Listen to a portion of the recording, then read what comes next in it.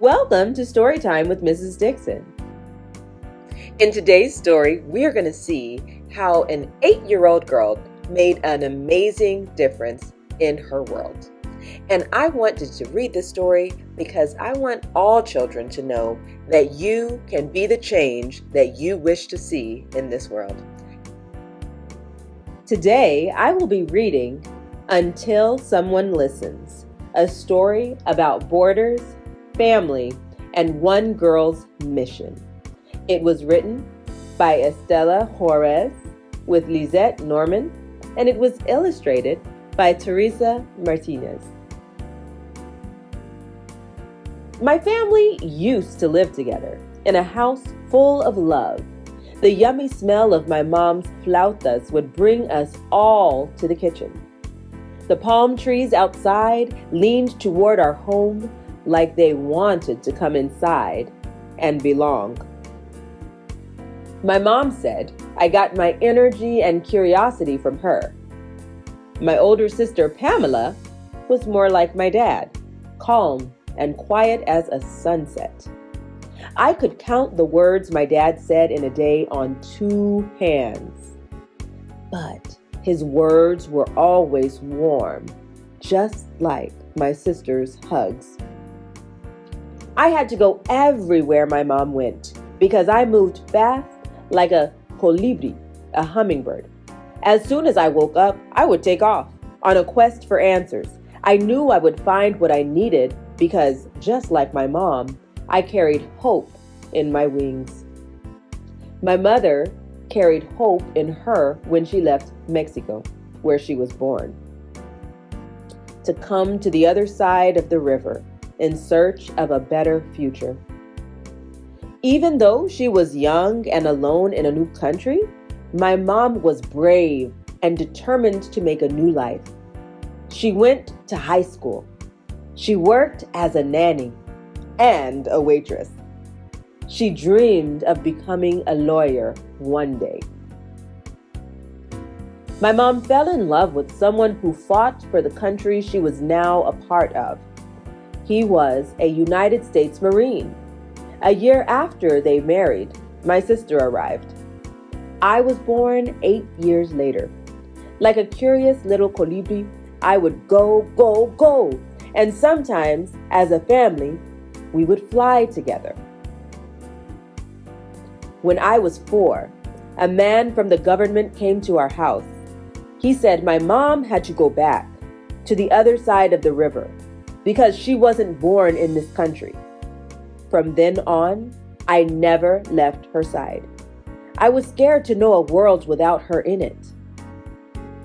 Who would be there to kiss me before I went to sleep? My mom and dad asked the government again and again to let her stay. She did everything they told her to do, but nothing changed. Even though no one would listen to them, my parents kept trying. Years passed, a new president came, and it got worse. No one could give us an answer. My mom began having nightmares about leaving us. She ran through the streets of our neighborhood, trying to think of other ways to stay. Then, one August morning, the nightmare became real. It felt like someone ripped us in half. My mom didn't do anything wrong. She was just born somewhere else. Some see people like my mom as ugly weeds that need to be plucked out of the dirt. But they're not weeds. They're wildflowers, all with pretty shapes and colors, each one a different kind of beauty. Waking up in a house without my mom that first day was the hardest of all.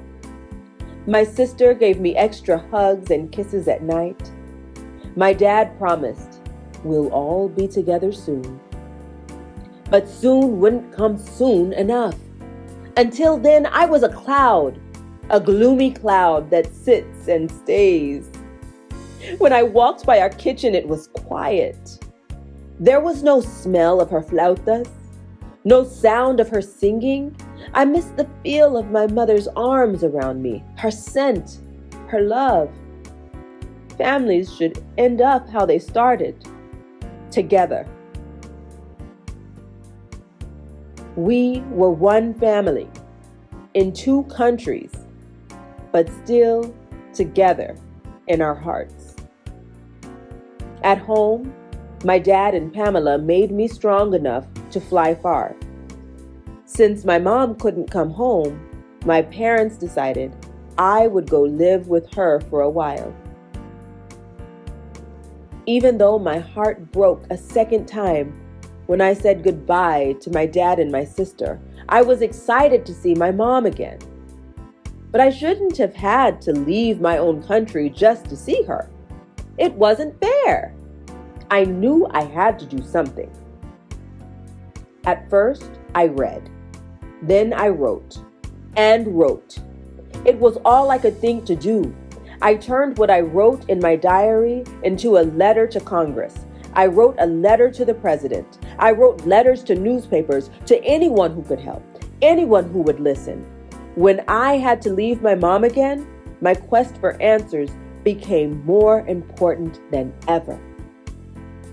I discovered my words have power. My voice has power too. And I won't stop using my voice until someone listens. Until my family is together again. Every time I see a hummingbird, I feel my mom near. I imagine her running through the streets of Yucatan, wishing she were a colibri, flying back to me, flying back to us. The end. And at the end, we have an author's note.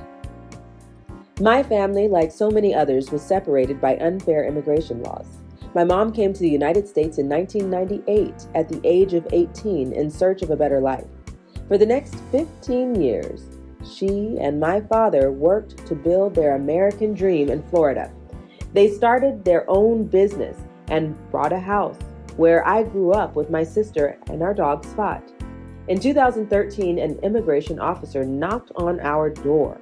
He told my mom she had to go back to Mexico, where she was born, because she was undocumented. I was 4 years old. My mom explained to me and my sister that undocumented is what you call a person who doesn't have the papers that allow people from one country to live in another country. I called them miracle papers. The officer said my mom had to report to the immigration office the next day. President Barack Obama's administration gave my mom permission to stay in the United States as long as she obeyed the laws and checked in with the immigration office every 2 years. But when the next president was elected, he changed the immigration laws. During a routine visit, an immigration officer told my mom she had to go back to Mexico. And she had to report to their office every week until her deportation date. The new president did not care that my dad fought for this country as a United States Marine or that my mom was a military wife. No matter how many times my parents asked the government if she could stay, she was told she had to leave. My mom couldn't apply to be a U.S. citizen because when she entered this country, she signed a paper at the border. She didn't understand any English, or that the paper said she was breaking a federal law. When a person signs that paper, they're forced to leave the country. Some may have to wait up to 10 years before they can apply for a legal way to enter the United States. But other people, like my mom, are told they can never enter this country again. My parents spoke to different lawyers and went to many court hearings. They also asked lawmakers in our state for help. No one could stop her deportation. On August 3rd, 2018, my mom was forced to return to Mexico. Heartbroken, I knew I had to do something. I was 8 years old when I decided to write a letter to President Donald Trump about how his administration separated my military family instead of protecting it. The video of my message to the president was played on major television news channels. And because of all the media attention, I was invited to do another video reading a letter to President Trump to be shown at the 2020 Democratic National Convention, where Joe Biden was running for president. Congressman Darren Soto of Florida officially honored my sister and me as Distinguished Daughters of Florida. Lawyers heard my message and offered to help reunite my family. I soon discovered that there was power in my words and in my voice. I vowed to use my voice until my mom was back with us. I went to live with her in Mexico for a year and a half so she wouldn't be alone. But I returned to Florida to be with my dad and sister after the COVID-19 pandemic began. Being separated from her was very painful for all of us. Our hearts broke every time she missed birthdays, holidays, special days like my sister's high school graduation, and difficult moments like the passing of our dog Spot. I would often dream of the day my mom came home. Inspired by John Lewis's book, March, I wrote this book to continue to share our story. And I didn't stop until someone finally listened, and my dream of her return became real. On May 8th, 2021, my mom was allowed to temporarily reunite with us in the United States. We are so grateful to the new president, Joe Biden, for making this possible. Now, as my parents try to figure out a way for my mom to stay permanently, we are working to heal our family. And then they share some resources for kids who want to learn more. Well, I hope you enjoyed today's read aloud, and I hope it definitely opened your eyes and mind to the experiences of some others. Well, until we read again, take care.